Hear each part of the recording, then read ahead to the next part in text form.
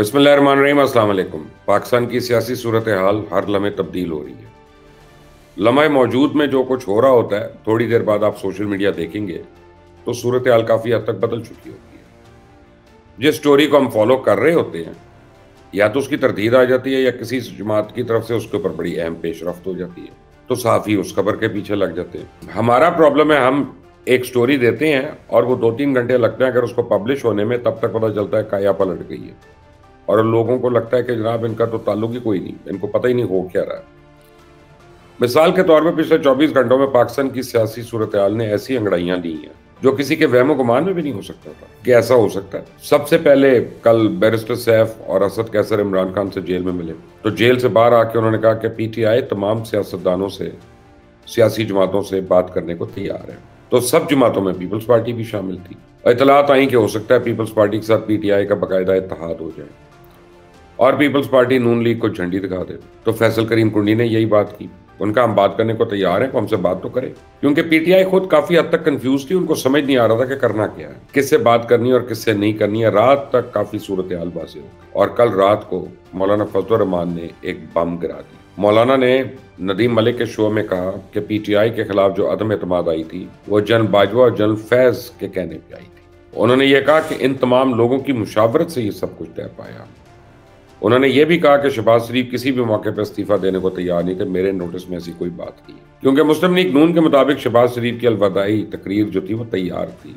इमरान खान के लॉन्ग मार्च 25 मई की वजह से इस्तीफा नहीं दिया गया और ये बयानिया काफ़ी अरसे से चला आ रहा है। अभी तक तो नून लीग ने मौलाना फजल रहमान के इन क्लेम्स की तरदीद नहीं की है। मौलाना के इंटरव्यू की सबसे दिलचस्प बात यह थी कि उन्होंने जनरल फैज को भी उसी कटहरे में लाके खड़ा कर दिया और कहा कि यह पीटीआई के खिलाफ साजिशों में शरीक था, यानी जनरल फैज उम्मीद। हालांकि जनरल फैज के बारे में पीटीआई तो बहुत सॉफ्ट कॉर्नर रखती है। जनरल फैज को कभी भी पीटीआई ने तनकीद का निशाना नहीं बनाया, उनके खिलाफ पीटीआई के किसी रहनुमा ने आज तक बात नहीं की है। लेकिन जैसे ही मौलाना का बयान आया, पीटीआई ने मौलाना की इमामत के अंदर हाथ बांधे और सफ में पीछे खड़े हो गए। जनरल फैज को भी पीटीआई ने बुरा भला कहना शुरू कर दिया। ऊपर से वो शेर अफजल मरवत है, उन्होंने एक बयान दिया कि इमरान खान अब भी जनरल फैज पे एतमाद रखते थे, लेकिन पीटीआई की क़यादत बशमूल मैं भी यही राय रखता कि फैज अमीर ने जनरल बाजवा का पूरा साथ दिया, पीटीआई की पीठ में छुरा घोंपा और जनरल बाजवा से बढ़कर पीटीआई को नुकसान पहुंचाया। हालांकि जनरल फैज को तो पीटीआई का मौसम कहा जाता था और इससे साबित होता है कि अपनी सियासत के लिए पाकिस्तान तहरीक इंसाफ और इमरान खान किसी भी के साथ मौसम कुशी तो कर सकते हैं और जनरल फैज भी कर सकते हैं।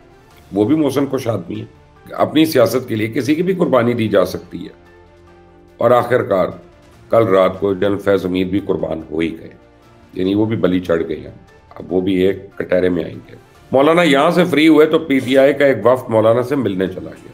असद कैसर की सरबराही में पीटीआई के वफ्द ने मुलाकात की। मौलाना फजल रहमान ने पीटीआई वक्त का भरपूर खैर मकदम किया। वफ्द में बैरिस्टर सैफ, आमिर डोगर, उमैर नियाजी, फजल खान ये शामिल थे।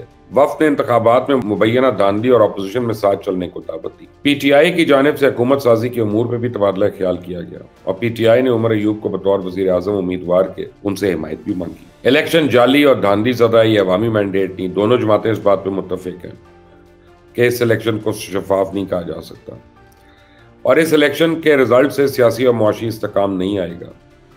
दोनों पार्टीज का इस बात पे इत्तेफाक है, फरवरी के इंतखाबात को जेयूआई मुस्तरद करती है। पीटीआई की तरफ से बैरिस्टर गौर ने गुफ्तगू की और कहा कि मौलाना साहब ने हमें खोए वाली बर्फियां खिलाई हैं, तो पीटीआई को 17 फरवरी को अब मुल्क भी गिर एहतजाज करेगी, यानी कल।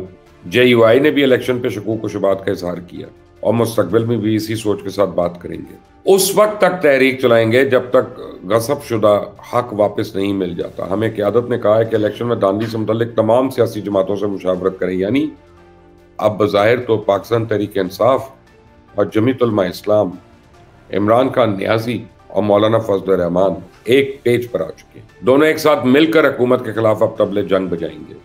सियासत बड़ी अजीब सी चीज़ है जनाब। ये वही चेहरे हैं जो कल एक दूसरे को गालम गलोच कर रहे थे, वही लोग हैं जो एक दूसरे की किरदार कशी किया करते थे, आज एक दूसरे के गले लग गए। ये वही मौलाना है जिनके बारे में इमरान खान डीजल जैसे अल्फाज इस्तेमाल करते थे। पूरा पीटीआई मौलाना के खिलाफ कैंपेन चलाती थी। दोनों के कारकुनान एक दूसरे को गालियां दिया करते थे, एक दूसरे के लीडर को अब डिफेंड करने के लिए सोशल मीडिया पे लड़ाइयां होती थी और आज दोनों जमातों के कारकुनान एक बार फिर अपने अपने लीडर्स के इस अमल को इंतहाई खुशाइन करार दे रहे हैं। ये वही मौलाना है ना जो कहते थे हम तहरीक इंसाफ वालों के लिए ज़मीन गर्म कर देंगे, ज़मीन तंग कर देंगे, लॉन्ग मार्च निकाले गए थे, सुप्रीम कोर्ट के सामने धरना दिया जाना था। मौलाना की अंसारुल इस्लाम फौज ने डंडे लेकर सड़कों पे पीटीआई की हुकूमत के खिलाफ निकल आई थी। डी चौक पे भी धरना हुआ था। नून लीग मौलाना से क्राउड्स रेंट करती थी, यानी उधार हजूम लेती थी, और आज ये सब एक दूसरे के खिलाफ हो गए हैं। मौलाना फजल रहमान अब जिस पेस से खेल रहे हैं ना, वो इस मूड में नजर आते हैं। किसी न किसी सूरत अगर हुकूमत बन भी जाती है तो उसके लिए मुश्किलात खड़ी कर दी जाए, उनकी विकेट छुड़ाई जाए।